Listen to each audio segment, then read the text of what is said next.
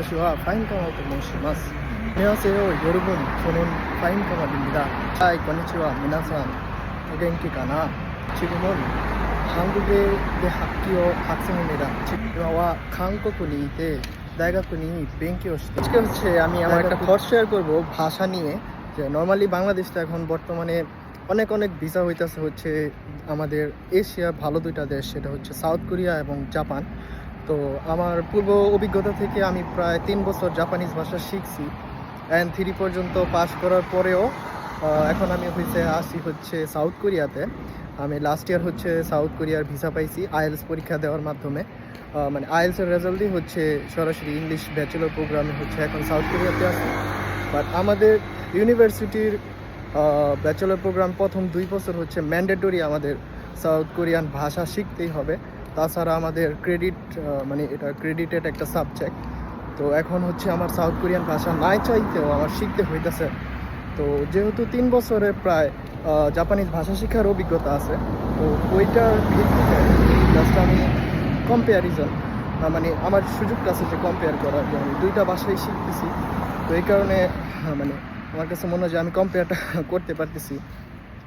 তো সেই থটস থেকে আমি বলতে চাই যে কোন ভাষাটা আসলে বেশি কঠিন বা ইন্টারেস্টিং, বা কোন ভাষাটা আসলে সহজে শেখা যায়, বা কোন ভাষাটা শিখতে অনেক সময় বা এফোর্ট দেওয়ার প্রয়োজন হয়। সো সেটা আজকে বলবো। Hi, konnichiwa, minasan, o genki kana? 私はファインカマと申します。今は韓国にいて大学に勉強しています。大学で英語で勉強しながら韓国語も習っています。よろしくお願いします。안녕하세요. 여러분, 저는 파인카마입니다. 지금은 한국의 대학교 학생입니다. 지금은 2년 학생입니다. 학교에서 영어로 공부하고 한국어도 공부하고 있어요. 만나서 반갑습니다. Normally আপনি যদি গুগল করেন বা চ্যাট জিপিটিকে জিজ্ঞেস করেন যে পৃথিবীর মধ্যে সবচেয়ে কঠিনতম ভাষা কোনটা, সেক্ষেত্রে সবার প্রথমে আসবে হচ্ছে চাইনিজ বা ম্যান্দারিন ভাষা। তো সেটা হচ্ছে কাঞ্জি সম্পন্ন, কাঞ্জির উপর বেস করে। তো সেকেন্ড যেটা দেখছি সেটা হচ্ছে অ্যারাবিক ভাষা। যদিও বাংলাদেশের অনেক মানুষ কোরআন শরীফ পড়তে পারে, যেহেতু আমাদের ধর্মীয় কারণে আমরা পড়তে পারি, বাট আরবি ভাষার যেই ব্যাকরণগুলো আছে সেগুলো হচ্ছে মোটামুটি অনেক কঠিন, এই কারণে দ্বিতীয় অবস্থানে আছে। এবং তৃতীয় নম্বরে আছে হচ্ছে জাপানিজ ভাষা, এবং চতুর্থ অবস্থানে হচ্ছে সাউথ কোরিয়ান ভাষা। এটা মানে আমি খুঁজে পাইছি প্রথম থেকে। তো এখন যদি বলি যে জাপানিজ ভাষা এবং সাউথ কোরিয়ান ভাষার মধ্যে পার্থক্য কী, তো জাপানিজ ভাষার ভিতরে হচ্ছে বেশিরভাগ কাঞ্জি, নর্মালি হচ্ছে যে ম্যান্দারিন ভাষা আছে, তো ওইটারই একটা সাবক্লাস ভাষা হচ্ছে জাপানিজ। তো ওইটার ভিতরে কাঞ্জি অনেক পরিমাণ, তো কাঞ্জির উপর বেস করে হচ্ছে মূলত জাপানিজ ভাষাটা। তো জাপানিজ ভাষা শিখতে গেলে আপনি হচ্ছে শিখতে পারবেন সহজে, মানে বলা এবং শোনা এবং গ্রামার তুলনামূলক ইজি।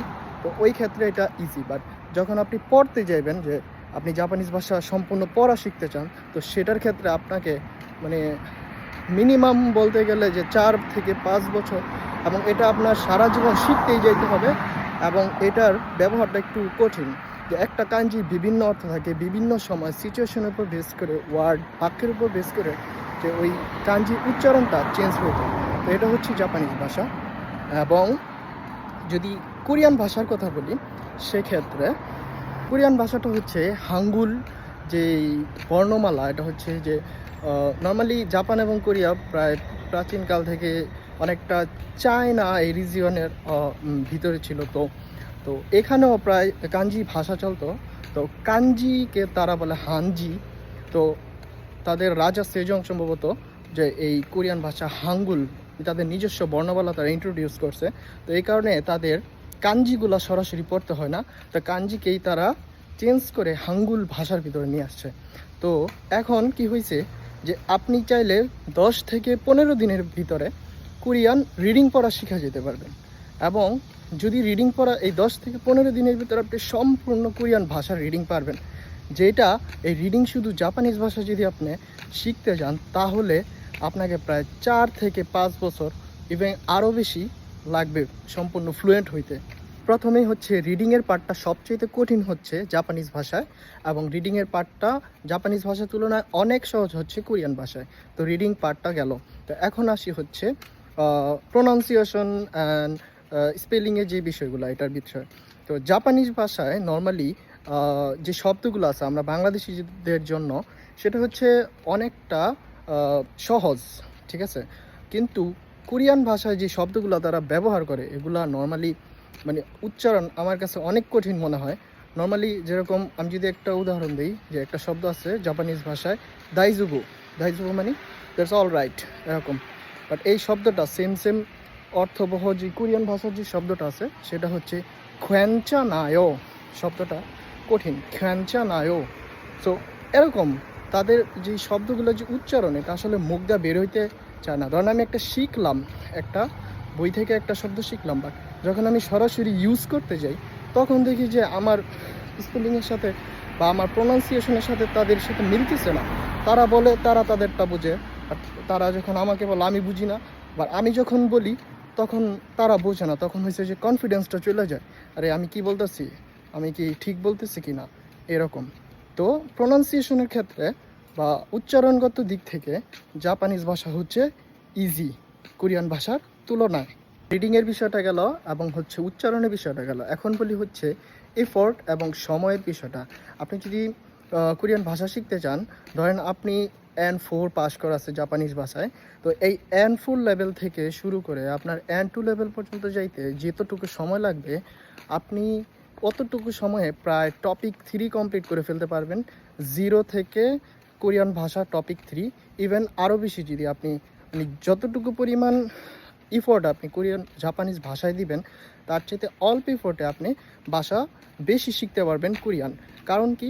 কারণ হচ্ছে জাপানিজ ভাষায় কাঞ্জি শেখার জন্য অনেক ইফোর্ট দিতে হয়, এবং একটা কাঞ্জির বিভিন্ন অর্থ থাকে, বিভিন্ন উচ্চারণ থাকে, সেটা আপনাকে কোরিয়ান ভাষায় দেওয়া লাগবে না।